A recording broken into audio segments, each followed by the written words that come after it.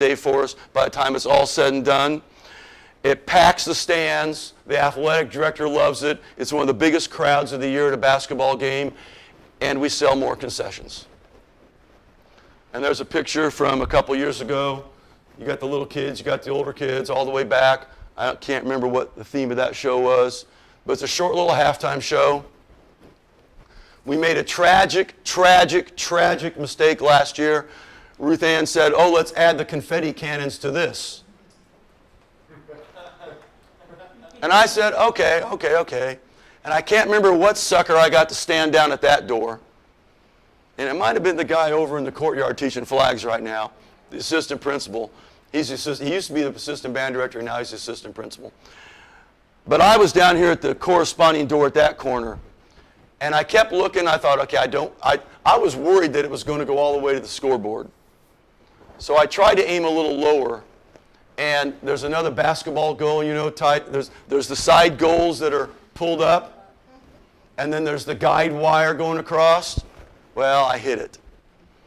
And all those streamers from the confetti cannon hung down with the clock counting down under 3 minutes before the second half was to start. There's all these streamers hanging down.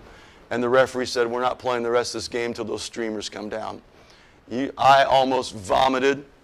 Our principal is the most wonderful principal in the world. He came running and said, let's go, we'll figure this out. And we went and found the tallest ladder we could. And he climbed up the ladder and pulled them down.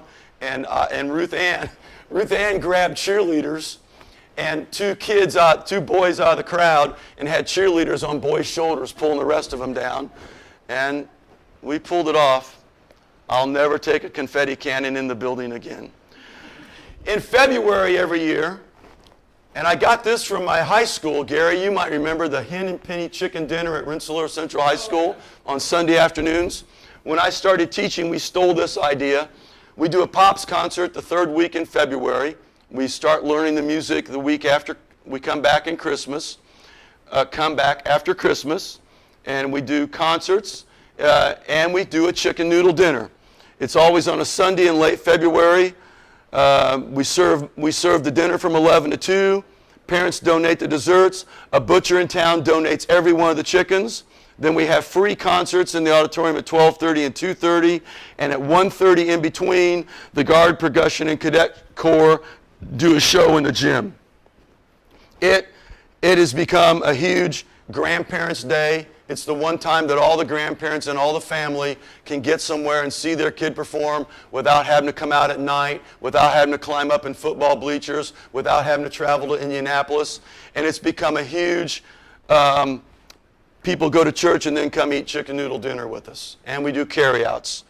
We serve over $1,000. We have takeout available.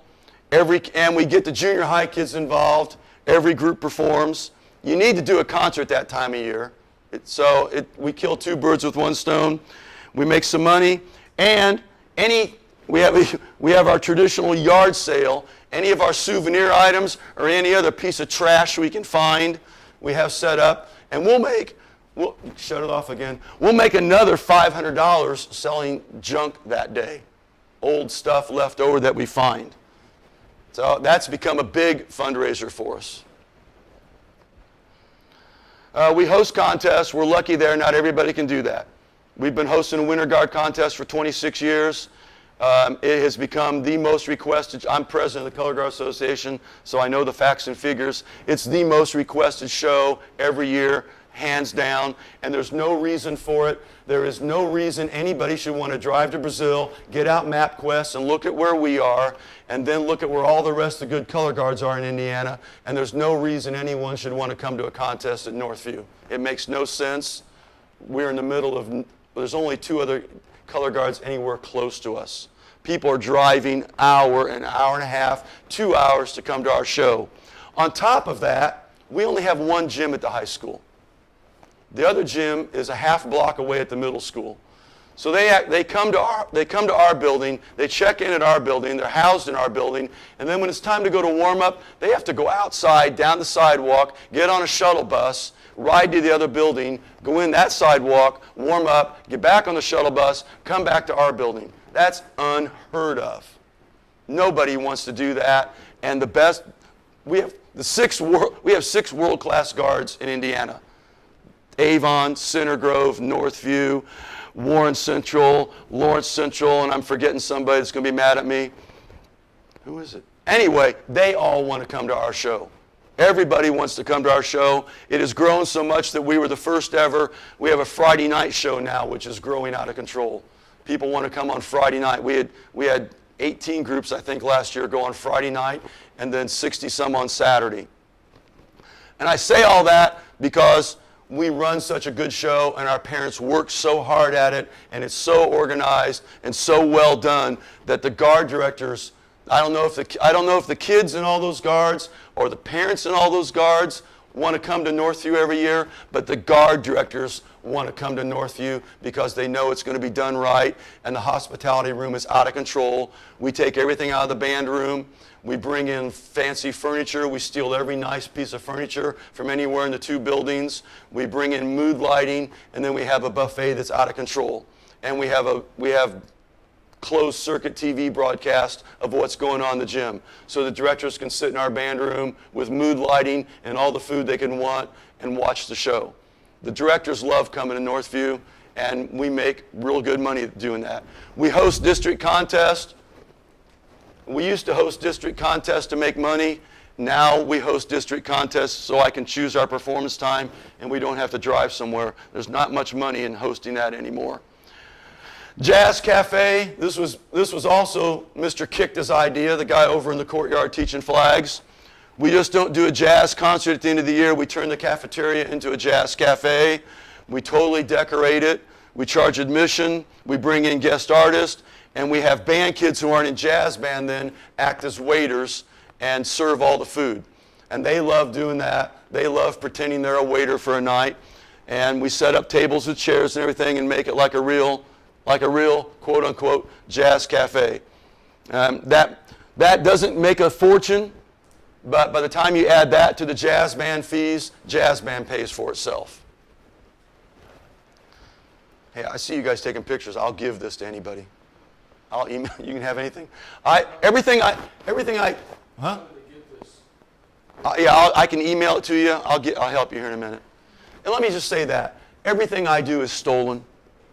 I have spent my entire career stealing stuff and going, and I'm just like you. I went to every clinic I could possibly go to. And I went to every drum corps show I could possibly go to. And back when I started teaching, that meant you went to Whitewater 2 or 3 times a year and drove 6 or 7 hours. But we just didn't go to the show. We got up at the crack of dawn or earlier and got to wherever it was by noon and figured out where the corps were practicing. Sometimes we'd miss most of the show watching somebody practice. And then we'd stay overnight and figure out where they were the next morning if they were still around. Or we'd do the same thing at BOA. We hardly ever got in, and that's back, what it used to be called? MBA, Marching Bands of America, used to be at Whitewater. We hardly ever got to the show. We were out driving around town figuring out where all the bands were practicing and watching people like Tim Salzman with the Hersher Band. We learned a ton doing that. Our last big thing, about 6 years ago when we started Indoor Drumline, on the way home from WGI Winter Guard, driving that Sunday morning, the Band Booster president texted me and informed me that we were basically $4,000. We had bounced $4,000 in checks, and we still had 2 months of payroll to do. And so as I pulled over in a rest area and vomited, I thought about it for a couple days, and we came up with this idea. Once again, we've turned the end of the year concert into a major event. The good news is it pays the bills. The bad news is it's another reason that I lay awake night